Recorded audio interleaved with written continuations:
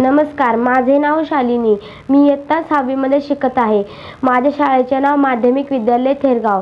पुस्तकाचे नाव छत्रपती संभाजी महाराज.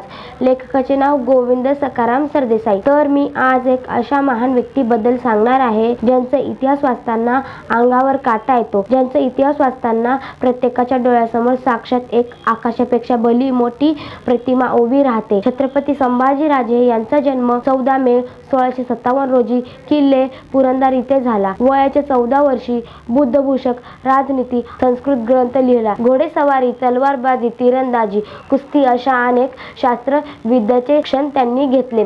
एकही लढाई न हारता त्यांनी अजरामर इतिहास घडवला.